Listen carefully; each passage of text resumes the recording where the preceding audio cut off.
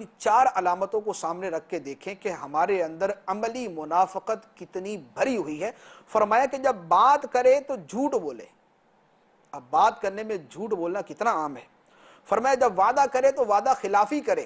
کتنے وعدے ہیں جو ہم پورا کرتے ہیں، کتنے وعدے ہیں کہ کرتے ہوئے ذہن کے اندر یہ بات موجود ہوتی ہے کہ ہم نے پورا نہیں کرنا۔ پیسوں کے لین دین کے اندر، مالی معاملات کے اندر، کوئی اور کام کرنے کے اندر وعدہ کرتے ہوئے، کسی کو بولتے ہوئے کہ تمہاری پیمنٹ فلاں تاریخ کو ادا کر دوں گا، لیکن دل کے اندر یہ بات موجود ہوتی ہے کہ نہیں کروں گا، ٹرخا دوں گا، بہانہ کر دوں گا، دھوکہ دے دوں گا، کچھ اور کر دوں گا، تو یہ عملی منافقت۔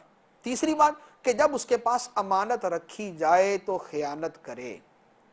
یہ وصف اتنا عام ہے کہ لوگوں نے امانت رکھنا ہی چھوڑ دیا۔ کوئی لوگ امانت رکھتے بھی ہیں تو اداروں کے اندر یا بینکوں کے اندر بینک اکاؤنٹ کھلوا لیں گے، لیکن کسی کے پاس امانت نہیں رکھیں گے، پتہ ہے کہ بعد میں ملے گی نہیں۔ تو امانت ہمارے درمیان سے اس طرح اٹھتی چلی جا رہی ہے۔ اور چوتھی بات جو میں نے عرض کی کہ جب جھگڑا کرے تو گالی دے۔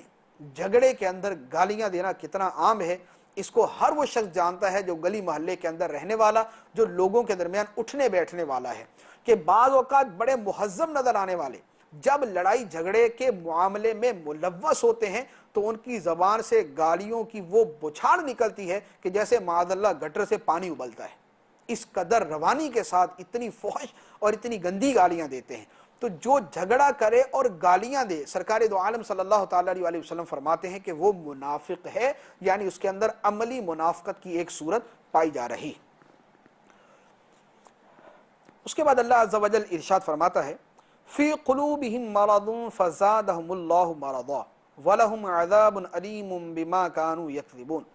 ان کے دلوں میں بیماری ہے تو اللہ نے ان کی بیماری میں اور اضافہ کر دیا، اور ان کے لیے ان کے جھوٹ بولنے کی وجہ سے دردناک عذاب ہے۔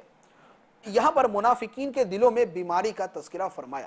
منافقین کے دلوں میں کیا بیماری تھی؟ کفر کی، بد مذہبیت کی اور گمراہی کی بیماری تھی، اور نبی کریم صلی اللہ تعالیٰ علیہ وسلم کے بغض اور کینہ کی بیماری تھی۔ تو اس سے پتہ چلا کہ جس شخص کے دل میں سرکار دو عالم صلی اللہ تعالیٰ علیہ وسلم کی عظمت و شان کے حوالے سے کینہ بھرا ہوا ہے، وہ مریض القلب ہے، وہ دل کا بیمار ہے۔